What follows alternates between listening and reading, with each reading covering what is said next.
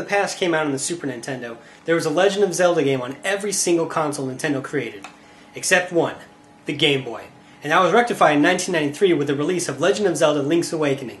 It's also one of the few Zelda games to get a remake in the form of Legend of Zelda Link's Awakening DX for the Game Boy Color.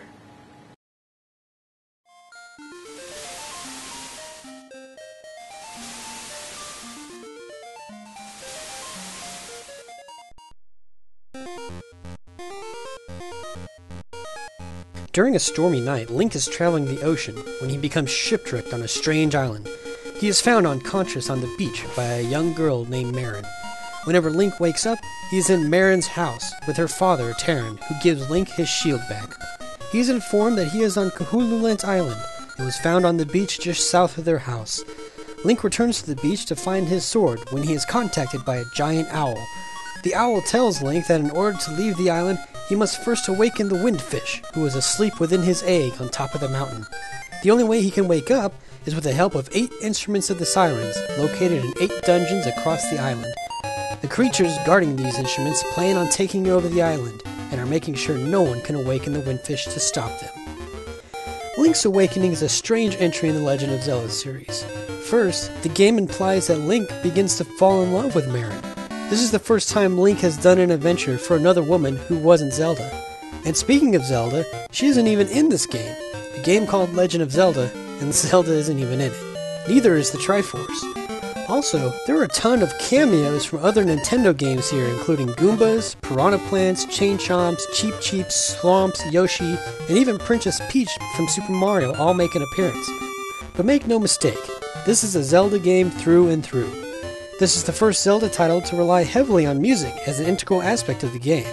Playing an instrument is key to beating the game, and we'll see this aspect of gameplay crop up in numerous future Zelda titles. But if Link awakens the windfish, he will be able to leave the island, but the island and everyone on it will disappear forever. The nightmares that guard the instruments use this knowledge to challenge Link. Do you really want to leave the island so badly that you're willing to lose the woman you love to do it?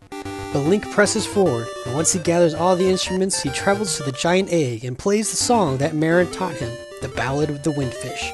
This opens the egg, and Link is then able to meet the leader of the nightmares, Deathel. After defeating Deathel, a staircase opens where the giant owl is waiting for him. It is revealed that the owl is part of the spirit of the windfish, and to leave the island behind, all Link has to do is play the ballad one more time. He does, and the windfish awakens and carries Link away. As he watches the island disappear from behind him, the windfish attempts to comfort Link, telling him that though the island is gone, it will remain in Link's thoughts forever. Suddenly, Link wakes up, back on his ship floating in the middle of the ocean. Unsure if the entire thing was a dream, Link looks to the sky and sees a silhouette of the windfish in the distance. And if the player is able to beat the game without dying once, he will also see a seagull. This is in reference to earlier in the game, where Link has a long discussion with Marin, where she states that if she had a choice, she would want to be reincarnated after death in the form of a seagull.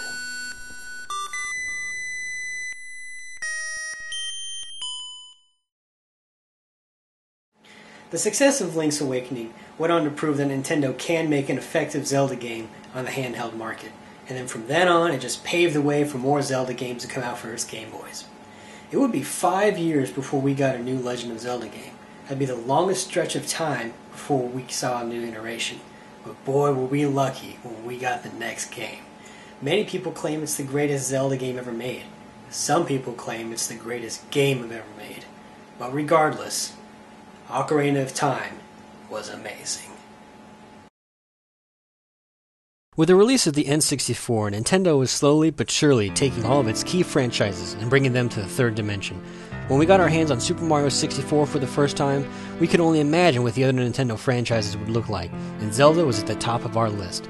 Little did we know what a stellar game they were going to give us. Ocarina of Time's storyline is one of the most fleshed out and beautiful tales in video games. During the Hyrulean Civil War, a woman attempts to flee the battle with her child.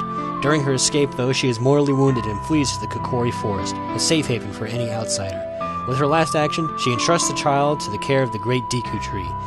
Raised as a Kokori, this young child would have his past hidden from him, until the Gerudo King appears in the forest and demands the forest's spiritual stone from the Deku Tree. After refusing to give in, the king places a death curse upon the tree. Knowing his time is ending, the Deku Tree instructs Navi, a young fairy from the forest, to bring the young child to him. This child's name was Link. The Deku Tree informs Link of his past, and then tells about the curse placed upon him. The young boy enters the tree and attempts to break it. After defeating the evil, the Deku Tree tells Link that he is far too gone to be saved. In his last moments, the Deku Tree tells the story about the creation of Hyrule and the Triforce, which Ganondorf was attempting to obtain. Before passing, he gives Link the spiritual stone of the forest, and says that it is Link's destiny to defeat Ganondorf and protect Hyrule. His first task is to find Princess Zelda. Having done all he can, the Deku Tree withers and dies, thus bringing Link's newest adventure to a beginning. Ocarina of Time made our eyes bleed with its massive, fully rendered open world. While in the fields of Hyrule, you never encountered a loading screen or broken texture. Grass flowed and the sun rose and set over time, which also gave us specific day and night enemies. And let's also not forget that fantastic soundtrack. Gameplay-wise, Ocarina of Time was a true gaming revelation. Utilizing all the buttons of the 64 controller, you had multiple items and weapons to use at any point. The joystick gave full 360-degree action, and you had multiple ways to kill your target. And you could play the game any way you really wanted to. But the biggest and best innovation was the introduction of Z targeting. If you held down the Z button, you locked onto an enemy, enabling you to circle your target and attack when there was an opening. Enemies are also very smart, using their shields or weapons to block or parry your attacks. You needed to know how to approach and fight each battle. You just couldn't swing your sword wildly and hope to kill your foe. With such a massive open world, you needed a way to travel fast from one area to another. Ocarina of Time gave us two means of fast travel, Epona, your horse, or the ocarina itself. Utilizing music in a big way, just like in Link's Awakening, you could travel to a temple or a town just by playing a few notes. The songs you would play would become so ingrained in your mind that today, whenever you hear them, you're instantly taken back to that exact moment when you played it, whether it was in a temple or in the grassy fields of Hyrule. It really solidified the fact that music in games can sometimes be one of the greatest aspects of the entire package. Once young Link locates Princess Zelda, the two create a plan to stop Ganondorf. Link must collect the other two spiritual stones and open the Door of Time so they can get the Triforce before Ganondorf. After gathering the two stones, Link returns to Zelda only to see the castle under siege. Ganondorf has found out of the two's plans and attacked early. As Link nears the gates, he sees Impa and Zelda escaping on horseback, with Ganondorf following behind. As she passes Link, Zelda throws Link the Ocarina of Time, which will enable him to open the Door of Time himself. Link travels to the Temple of Time, and by using the three spiritual stones in the ocarina, opens the doors. Once inside, he sees the Master Sword in the pedestal of Time, and this sword has the ability to defeat the ultimate evil. He pulls the sword, and is transplanted to the Sacred Realm. Unfortunately, he is sealed in the Sacred Realm, and Ganondorf is able to seize the Triforce for himself, giving him untold power, and he turns Hyrule into a land that is rampant with evil monsters and beasts. Link is sealed in the Sacred Realm for 7 years because he is too young to wield the Master Sword as a child. It's at this time that Link is awakened from his slumber and is brought up to speed on what has happened to Ganondorf and Hyrule by the sage Raoul. Raoul reveals that only with the combined powers of the other 5 sages can they conquer Ganon and seal him away. But Ganon has sealed these 5 sages in 5 dungeons across Hyrule. The biggest thing Ocarina of Time did to the Zelda timeline was create 2 separate universes. A universe where Ganondorf never seized power and Link is a child, and a world that is destroyed and Link is an adult. These 2 timelines would influence future Zelda games. Ocarina of Time, like Link's Awakening, would receive multiple remakes and re-releases. Ocarina of Time Master Quest, which was a pre-order bonus for Legend of Zelda The Wind Waker, was an alternate version of the game. Just like with the original Legend of Zelda, Master's Quest made the temples different and changed the location of items. And just recently, Ocarina of Time made its way to Nintendo 3DS, which included both original and Master Quests. When Ocarina of Time hit the market, it was received with unrivaled praise. To this day, there hasn't been a single game that has received higher review scores than Ocarina of Time. Averaging all the review scores together, Metacritic currently has Ocarina of Time at a 99 out of 100. It is the single highest rated game in the history of video games. Ocarina of Time quickly jumped into the hearts of Nintendo 64 fans and Legend of Zelda fans in general as like one of the best Zelda games ever. I mean, that game alone brought on 2 full-fledged remakes. We're not talking about simple ports to another system, 2 full-fledged remakes. It would be 2 years later till we got the next installment in the Great Legend of Zelda series. It would actually be one of the darkest games in the entire lineage. It was entitled Legend of Zelda: Majora's Mask. Taking place during the Young Link universe in Ocarina of Time, Majora's Mask picks up several months later. Link sets out on a journey with Epona to find Navi, his fairy friend from the previous game. As he's traversing the Lost Woods, he is ambushed by the Skull Kid, who's wearing the Majora's Mask. The Skull Kid has two fairies of his own, Tattle and Tail.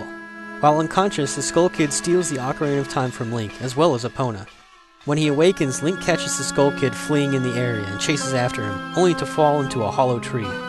This tree ends up being a portal to the land of Termina. Inside, the Skull Kid again confronts Link, except this time he uses dark magic on him and transforms him into a Deku Scrub.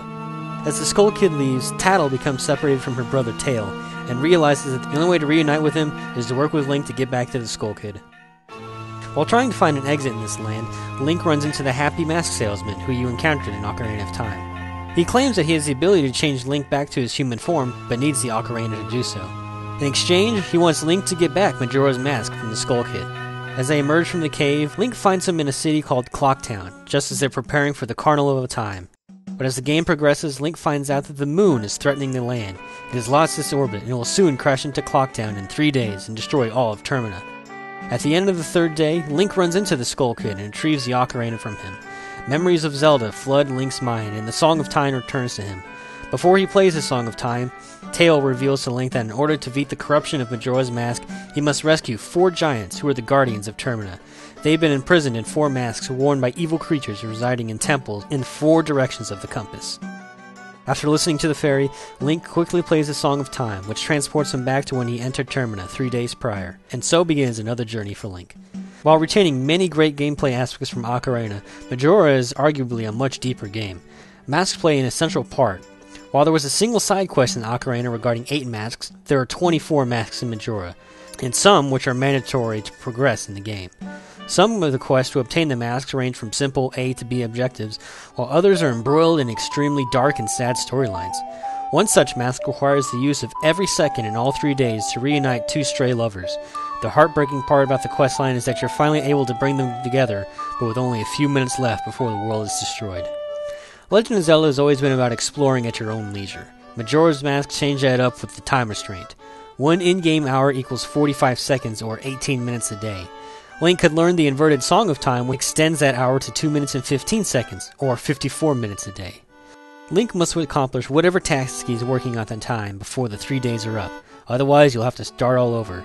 Additionally, you'll lose all your rupees and ammo, but will keep the key items like weapons and masks. Also, NPCs will not remember any of their previous interactions with Link, except Tattle. All the dungeons will reset, even if you completed them. This means you can redo any dungeon if you wanted to, and even kill the nightmare at the end. Majora's Mask didn't leave an impact crater on the industry like Ocarina did, but it was just as good, and the dark, spooky story gave a new face on an already brilliant franchise.